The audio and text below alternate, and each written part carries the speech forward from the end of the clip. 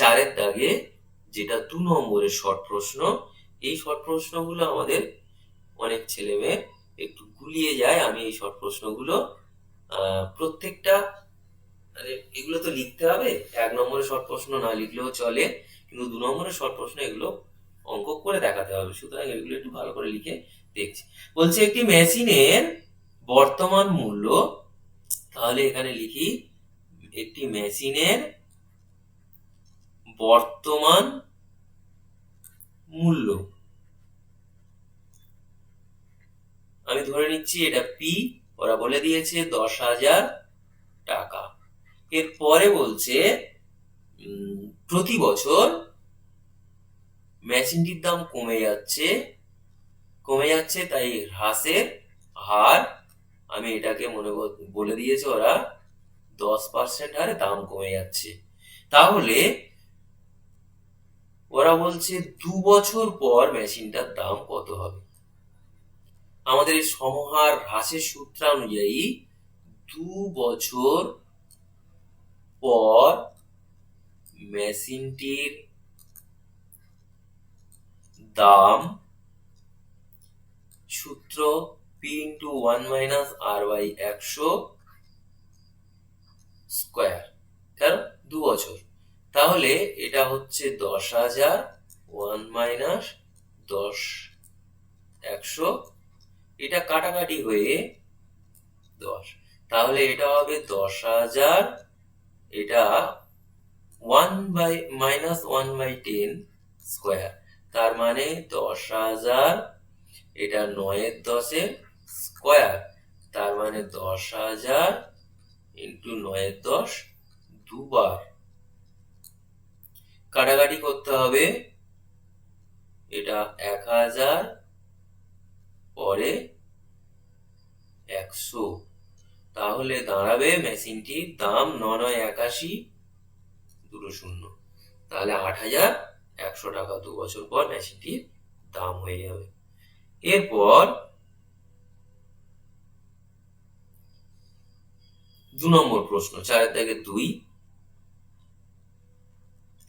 বলছে এ আর বি দুজনে 2.5 লাখ টাকা দিয়ে একটি গাড়ি কিনেছে। দুজনে কত টাকা দিয়ে গাড়ি কিনেছে? 2.5 লাখ টাকা দিয়ে গাড়ি কিনেছে এবং গাড়িটি বিক্রি করে দিয়েছে 3 লাখ টাকায়। তাহলে আমি এখানে লিখি যে গাড়িটি বিক্রি করে তাহলে লাভ হয়েছে কত? 3 লাখ বিয়োগ 2.5 লাখ, 50,000 টাকা লাভ হয়েছে। তাহলে দুজনে একটা গাড়ি কিনেছে 2.5 লাখ টাকা দিয়ে, 3 লাখ টাকায় বিক্রি করে দিয়েছে, লাভ হয়েছে কত?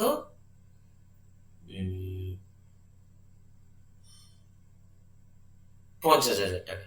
এবার বলছে যে যদি দুজনের মূলধনের অনুপাত এ ও বি এর ওরা মূলধনের অনুপাত বলে দিয়েছে, বলছে যে এখানে অনুপাত বলেনি, ওরা বলেছে যদি এ বি এর 1.5 গুণ টাকা দিয়ে থাকে, তাহলে কে বেশি দিয়েছে? এ বেশি দিয়েছে, বি এর 1.5 গুণ, তার মানে অনুপাত হবে এটা। যদি এ বি এর 1.5 গুণ টাকা দেয়, তাহলে বি 1 এর 1.5 গুণ, তাহলে এই হচ্ছে অনুপাত। তাহলে এখানে বেরোবে, এটাকে পূর্ণ সংখ্যা করতে চাইলে সবাইকে 2 দিয়ে গুণ করে দিই এটা। তাহলে পরে তাদের লভ্যাংশের পরিমাণ, আমি আশা করছি সবাই পারবে লভ্যাংশের পরিমাণ। তাহলে এ লভ্যাংশ কত হবে? এ এর লভ্যাংশ, যেহেতু 50,000 টাকা লাভ হয়েছে, সেটার সাথে এর হচ্ছে এই 3, নিচে এই দুটো যোগ, তাহলে হবে 50,000 গুণ 3-এর 5, এটা কাটাকাটি করো, তাহলে এ হবে 30,000 টাকা পাবে। আর বি এর লভ্যাংশ আমি এমনিতে এটা এইভাবে লিখে গুণ করে করতে পারি, আর নাহলে 50,000 থেকে 30,000 টাকা বাদ দিলেও হয়ে যাবে, এটা নিজেরা করে নেবে। পরবর্তী কোশ্চেন 3 নম্বর, 4-এর 3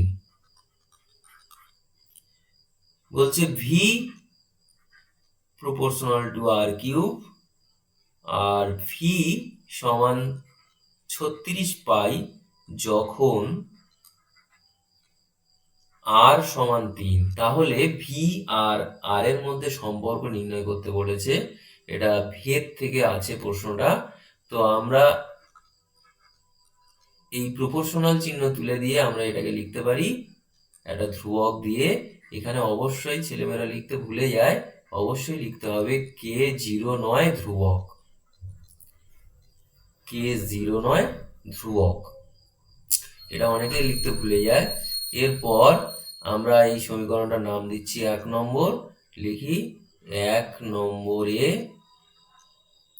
ভি সমান 36 পাই আর আর সমান 3 বসিয়ে, যদি এটা বসিয়ে দিই কি পাবো, তাহলে 36 পাই আর এটা হচ্ছে 3-এর মাথায় কিউব, এটা 27 কে।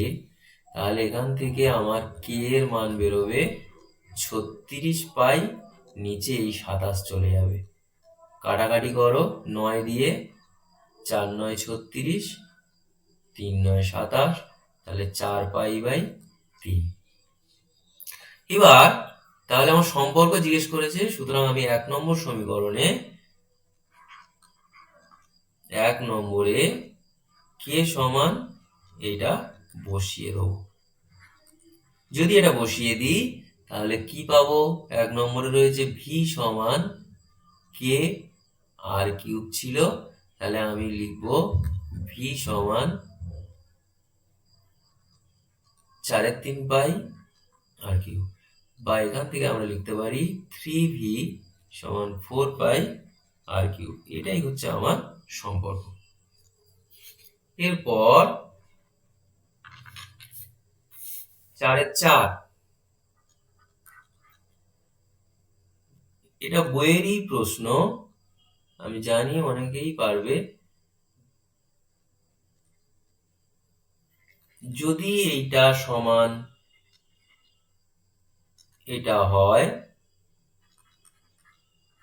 তাহলে পি এর মান বের করতে বলা হয়েছে। আমি এগুলো সমান কে ধরে নিচ্ছি, অবশ্যই এই নট ইকুয়াল টু 0 লিখতে হবে। তাহলে এ সমান 2k, বি সমান 3k আর সি সমান 4k। এইবার এইটুকু পার্ট নিয়ে আমি আগাবো।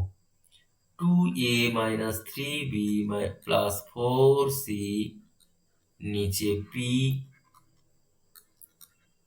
তাহলে এইখানে 2 into 2k, 3 into 3k, just এবিসির মানগুলো বসিয়ে দিচ্ছি।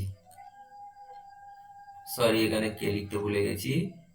তাহলে এইটা সমান কে, উপরে তাহলে কত হবে, 4k বিয়োগ 9k যোগ 16k সমান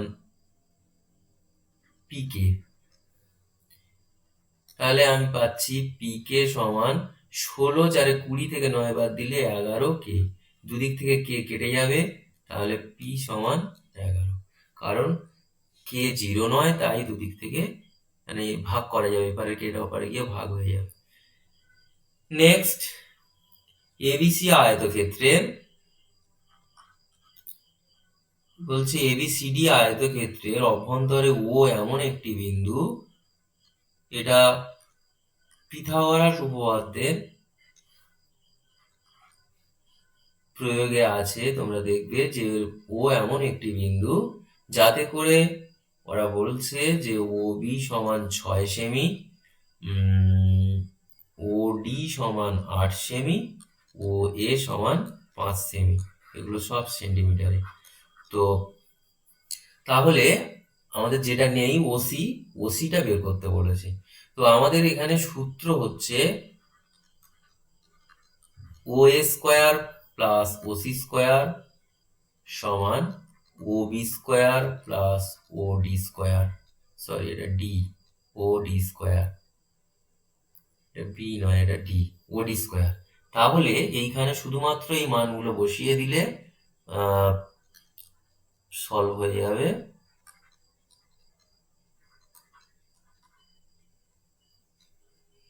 এখানেও ভুলটা লিখেছি, এটা ওডি, ওডি, ওডি, তাহলে এটা হচ্ছে 8। তাহলে 25 প্লাস ওসি স্কোয়ার 36 প্লাস 64, তার মানে হচ্ছে 100। তার মানে ওসি স্কোয়ার সমান 100 বিয়োগ 25 সমান 75। তাহলে এখান থেকে ওসি সমান √75 সমান 5√3। 75কে ভাঙলে 25 গুণ 3, তাহলে সেইখান থেকে হবে 5√3। এরপর 6এরটা রয়েছে, ও কেন্দ্রীয় বৃত্তের উপর, ও কেন্দ্রীয় বৃত্তের উপর 3টা বিন্দুর কথা বলেছে। বৃত্তের উপর 3টা বিন্দু এ বি সি, এই 3টা বিন্দু এমন ভাবে আছে যাতে করে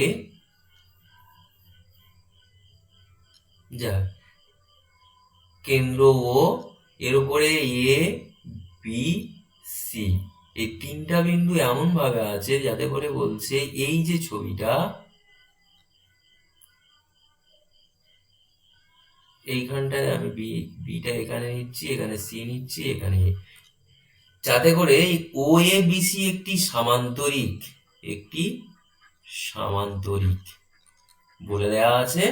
তোমাকে বলছে যে এই কোণটা কত, এই কোণটা।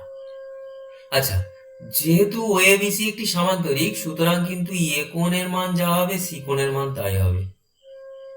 তাহলে কোণ এ সমান কোণ সি। আর একটা কথা, কোণ এ প্লাস কোণ বি যেহেতু সামান্তরিক, এই দুটোর যোগফল কিন্তু 180 ডিগ্রি হবে। আচ্ছা, এইবার আমি জাস্ট শুধুমাত্র ও বিটা যোগ করে দিচ্ছি। দেখো দুপারে দুটো ত্রিভুজ পেলাম। এই ত্রিভুজ এখানে ও এ, ও বি, ও সি তিনজনের সমান, একই বৃত্তের ব্যাসার্ধ। সুতরাং আমরা বলতে পারি কোণ ও এ বি সমান কোণ ও বি এ। আমি মনে করছি এটা সমান x ডিগ্রি। আবার এপারে যেহেতু ও বি আর ও সি সমান, সুতরাং আমরা বলতে পারি ডান দিকের ত্রিভুজ থেকে কোণ ও বি সি সমান কোণ ও সি এ। কেন? কারণ এই দুটো সমান, আর প্রথমটার ক্ষেত্রে নিয়েছি এই দুটো সমান, ত্রিভুজ ও এ বি থেকে আর ত্রিভুজ ও বি সি থেকে। তাহলে দুটো কোণ সমান, এই কোণ এখন তাহলে এই যে এখানে কতগুলো কোণ আছে, এইটা এক্স যদি হয় তাহলে এটা এক্স, আর এটা, আর এই দুটো সমান। আমার একটু আগেই বলা আছে এ কোণ যা হবে সি কোণও তাই হবে। তাহলে এ যদি এক্স হয়, এও এক্স হবে, এও এক্স হবে, এর সাথে এ সমান, তাহলে এও এক্স। তাহলে আমরা এখানে লিখতে পারি সমান এক্স ডিগ্রি। এইখানটা প্রথমটায় ধরি লিখে দিই। এটা কেন? কারণ এ কোণ সমান সি কোণ। তাহলে পেলাম যে এই প্রত্যেকটা কোণ এক্স ডিগ্রি করে। এখন আমার তো খুব ইজি হয়ে গেল, এই যে লেখা রয়েছে, এই যে এইটা থেকে আমি আগাবো, কোণ এ প্লাস কোণ বি সমান 180 ডিগ্রি। তাহলে এক্স প্লাস 2x সমান 180, তাহলে 3x সমান 180। এখান থেকে x সমান পাবো 180/3, তার মানে 60। তাহলে x এর মান 60 ডিগ্রি বেরিয়ে গেছে। তাহলে আমরা জাস্ট লিখবো অতএব বাম দিকে লিখছি কোণ এ বি সি সমান 2x সমান 60 গুণ 2 সমান 120 ডিগ্রি। পরবর্তী কোশ্চেন 7-এরটা বলেছে ও কেন্দ্রীয় বৃত্তের বহিস্থ কোণ বিন্দু পি থেকে, তাহলে ও কেন্দ্রীয় বৃত্তের বহিস্থ কোণ বিন্দু, মনে করো এখানে পি রয়েছে, পি থেকে বৃত্তের দুটি স্পর্শক, একটা হচ্ছে পি এ আর একটা হচ্ছে পিবি। বলছে এই প্রত্যেকটা স্পর্শ, এই দুটো স্পর্শকের দৈর্ঘ্য যেহেতু সমান, ওরা বলে দিয়েছে এরা হচ্ছে 9 সেন্টিমিটার করে। তাহলে আমি কোশ্চেনটা আরো একবার পড়ি, যে ও কেন্দ্রীয় বৃত্তের বহিস্থ কোণ বিন্দু পি থেকে বৃত্তের দুটি স্পর্শক এবি আর পি এ আর পিবি দুটো হচ্ছে সব 9 সেন্টিমিটার করে। তোমাকে বের করতে বলা হয়েছে এইটা কত, এবি এর দৈর্ঘ্য কত। তো খুব সহজে বের করা যায়। আর একটা কথা বলে দিয়েছে ওরা, এই কোণটা 60 ডিগ্রি। তাহলে এপিবি কোণ ওরা বলে দিয়েছে 60 ডিগ্রি। আমার বের করতে হবে এবি এর দৈর্ঘ্য কত। আচ্ছা, এখানে আমরা দেখতে পাচ্ছি ত্রিভুজ এপিবি বা এবিপি, এই ত্রিভুজের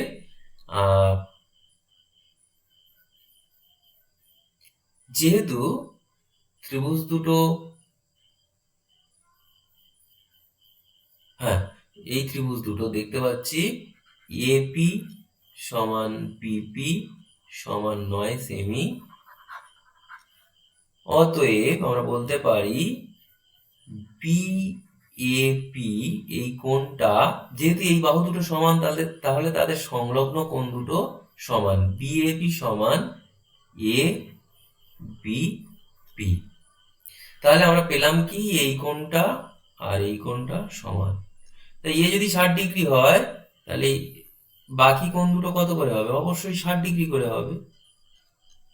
3 × 180, একটা ত্রিভুজের তিনটে কোণের যোগফল 180। তাহলে দেখতে পাচ্ছি যে এই ত্রিভুজটা তিনটে কোণেরই মান 60 ডিগ্রি, তার মানে ত্রিভুজটা সমবাহু ত্রিভুজ। তাহলে লিখবো যে অতএব এইখানে লেখা যায় সমান 180 বিয়োগ 60 ডিভাইডেড বাই 2 সমান 60 ডিগ্রি। তাহলে পেলাম অতএব ত্রিভুজ এবিপি সমবাহু। অতএব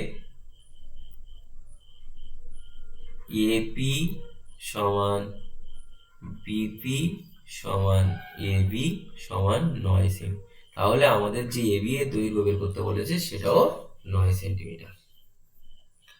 এরপর 8-এর দাগ বলেছে একটি ঘনক আর একটি গোলকের সমগ্রতলের ক্ষেত্রফল সমান। একটা ঘনক আর একটা গোলকের সমগ্রতলের ক্ষেত্রফল সমান।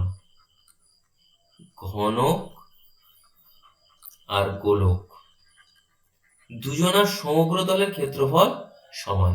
তাহলে আমি মনে করি ঘনকটির প্রতিটি বাহুর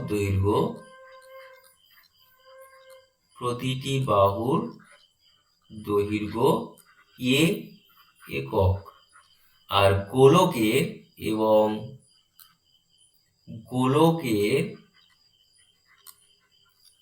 ব্যাসার্ধের দৈর্ঘ্য আমরা ধরে নিচ্ছি আর একক। তো সমগ্রতলের ক্ষেত্রফল সমান বলেছে, ঘনকের সমগ্রতলের ক্ষেত্রে, তাহলে অতএব আমরা বলতে পারি ঘনকের সমগ্রতলের ক্ষেত্রফল হচ্ছে 6a², আর গোলকের একটাই তল, তার ক্ষেত্রফল হচ্ছে 4πr²। তাহলে এইখান থেকে আমরা বলতে পারি a² সমান 4πr²/6, বা a সমান বলা যায় √4πr²/6। এখান থেকে আমরা বলতে পারি √4π/6, আর বাইরে বেরিয়ে গেল। এইবার এটা হচ্ছে 1 নম্বর দাগ দিলাম, আমার কোশ্চেনটা হচ্ছে যে তাদের আয়তনের অনুপাত কত। তাহলে আয়তন, ঘনকের আয়তন হচ্ছে a কিউব, আর গোলকের আয়তন 4/3 পাই আর কিউব। তার মানে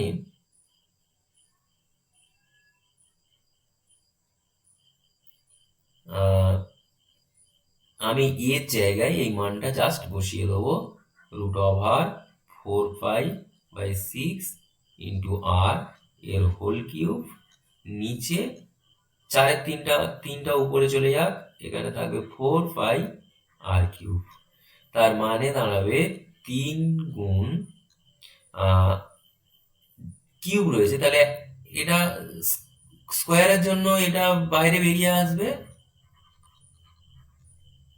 কিউব আছে, তার মানে যেরকম আর কি আর কিউবটা রুটের মধ্যে থাকলে আমরা লিখতে পারি আর রুট আর, তাই সেই থিওরিতে এটা লেখা হচ্ছে 4π, এটা একটা থেকে গেল, আর এই আর এর কিউব, আর নিচে হচ্ছে 4π আর কিউব। এখানে এই আর কিউব কেটে গেল, এই পাই এটা কেটে গেল, এই 4 কেটে গেল, আর এই 3 আর এই 6 কাটাকাটি হয়ে এখানে থাকলো 2। এরপর তাহলে 1/2, আর এইটা আমরা লিখি যে √এর মধ্যে 4/6 গুণ পাইয়ের মান হচ্ছে 22/7। তাহলে এখানে ছোট্ট করে লিখে দেব পাই সমান 22/7। তাহলে এখানে কাটাকাটি যাবে, বা আর একটা লাইন লিখি, এই হাফটা ভিতরে ঢুকিয়ে দিচ্ছি, ঢুকিয়ে দিলে কি হবে 4, এই হাফটা ভিতরে ঢুকিয়ে দিলে 4 হয়ে ভিতরে যাবে, তাহলে এই 4 কেটে যাবে, এটা 11, এটা 3, তাহলে হবে √11 21, তাহলে অনুপাতটা হচ্ছে এইটা অনুপাত এইটা। এরপর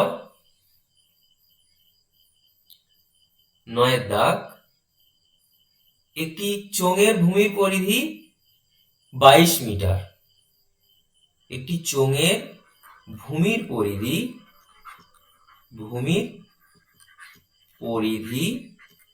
22 মিটার।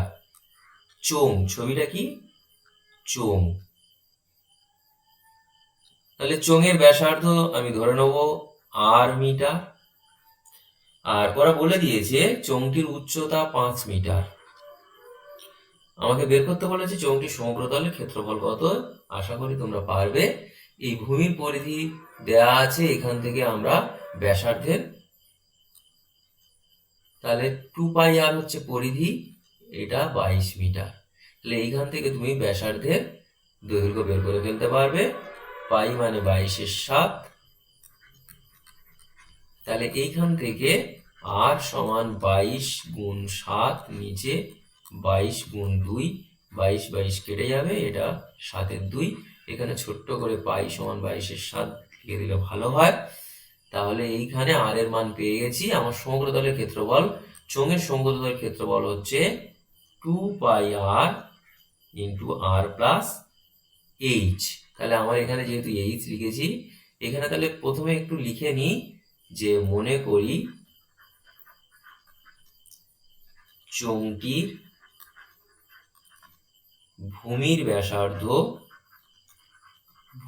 ব্যাসার্ধ আর মিটার এবং উচ্চতা এইচ মিটার, এটা ধরে নেওয়া হয়েছে। তাহলে আমার সমগ্রতলের ক্ষেত্রফল এইটা, এটার নাম হচ্ছে সমগ্র তলের ক্ষেত্রফল। তাহলে ক্ষেত্রফল কি হবে, 2π মানে 22/7, আর মানে 7/2, ভিতরে 7/2 যোগ 5, এত ঘন, এই বর্গ মিটার। তাহলে এটা হচ্ছে বর্গ মিটার। এইখানে একটু কাটাকাটি করে নিতে হবে, 7 7 2 2 কেটে গেল, তাহলে থাকবে কত, 22। এটা যোগ করলে হবে 7 যোগ 10 নিচে 2 বর্গ মিটার। তাহলে 22 গুণ 17 নিচে 2, এটা কাটাকাটি হয়ে 11 বর্গ মিটার। এবার নিজেরা গুণটা করে নেবে। এর পরের প্রশ্ন 10-এর দাগ, tan A গুণ tan B, ওরা বলেছে এটা সমান tan 45 ডিগ্রি। যদি হয় তাহলে sin A প্লাস B এর মান কত? tan 45 ডিগ্রির মান 1, তাহলে আমরা এখানে লিখতে পারি tan A সমান 1/tan B। তার মানে লিখতে পারি tan A সমান cot B। তার মানে লেখা যায়, আচ্ছা cot B টাকে কি লেখা যায় যদি tan এ লিখতে চাই? 90 ডিগ্রি বিয়োগ B। tan 90 degree minus B মানে cot B। তাহলে আমার যেহেতু দুটো সমান, তাহলে A সমান 90 ডিগ্রি বিয়োগ B। তাহলে এইখান থেকে পেয়ে যাব A প্লাস B সমান 90 ডিগ্রি। তাহলে এইখানে শুধুমাত্র মানটা বসিয়ে দাও, sin 90 ডিগ্রির মান হচ্ছে 1। এরপর 11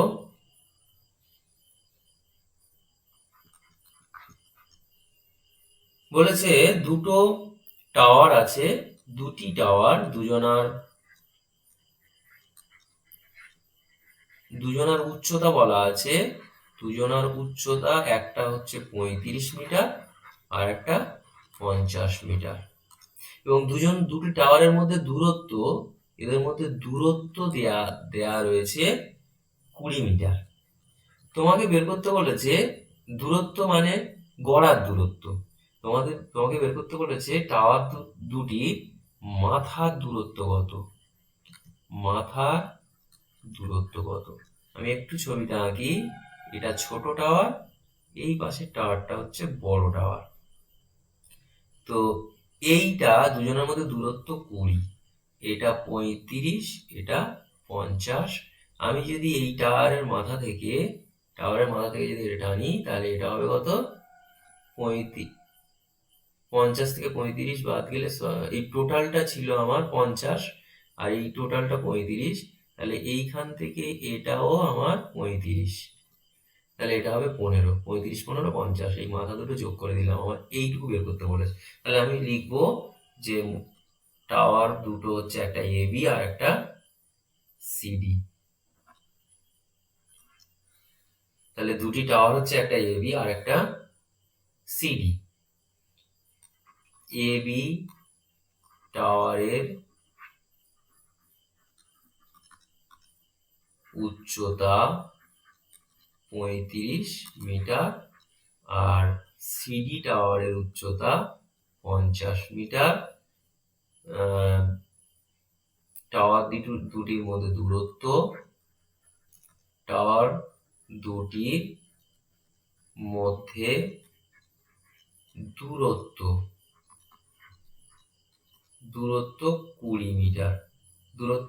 একটু লিখি বিডি সমান 20 মিটার।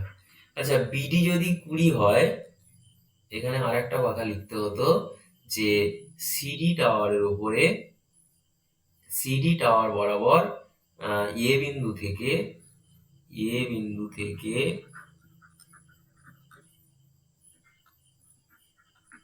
সিডি টাওয়ারের উপর এ কথার কথা পি লম্ব টানা হলো। এ বিন্দু থেকে সিডি টাওয়ারের উপর এপি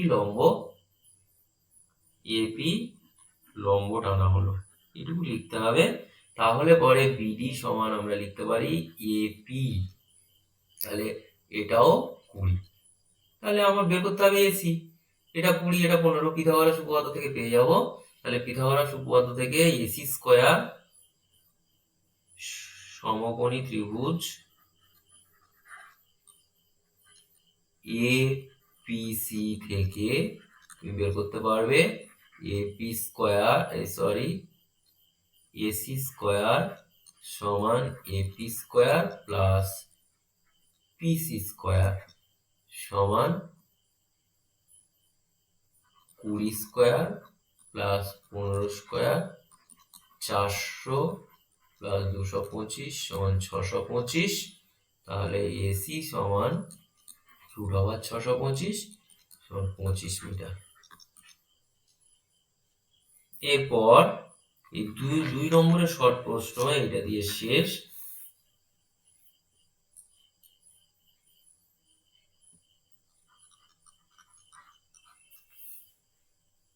বলছে একটা তথ্য দিয়েছে, এই তথ্যটার মধ্যমা বের করতে বলা হয়েছে।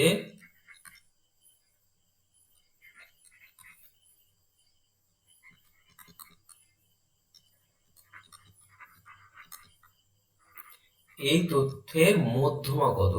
মধ্যমা জানতে গেলে আগে ঊর্ধ্বক্রমে সাজাতে হবে। ঊর্ধ্বক্রমে আগে সাজাতে হবে। আগে ঊর্ধ্বক্রমে সাজিয়ে পাই। তাহলে ঊর্ধ্বক্রমে সাজালে কি হবে? 12, 30, ছোট থেকে বড় সাজানো, 48, 62, 75, 94, 98, 112। এবার এখানে পদ রয়েছে, গুণে দেখো 3, 4, 5, 6, 7, 8, 8টি পদ রয়েছে। তাহলে 8/2 তম পদ আর 8/2 প্লাস 1 তম পদের গড় হচ্ছে মধ্যমা। সোজা কথায় বাম দিক থেকে যে কটা বাদ দেবো, ডান দিক থেকে সেই কটা বাদ দেবো, মাঝখানে যে দুটি পড়ে থাকবে সেই দুটির গড়। তাহলে 62 আর 75-এর গড় কত হবে? 62 প্লাস 75/2 করে দেখবে যা হবে। এটাই হচ্ছে আমাদের মধ্যমা। তো আজকে এই কোশ্চেনের আমি একটা পার্ট বললাম, সেকেন্ড পার্টটা পরের ভিডিওতে বলবো। আজ এই পর্যন্ত থাকলো। তোমরা নিজেরা ভালো করে প্র্যাকটিস করবে। যে যত বেশি প্র্যাকটিস করবে তার তত বেশি কম সময়, মানে তত কম সময়ে সে অঙ্ক করে ফেলতে পারবে, ভুল হওয়ার চান্সও কমে যাবে। ঠিক আছে।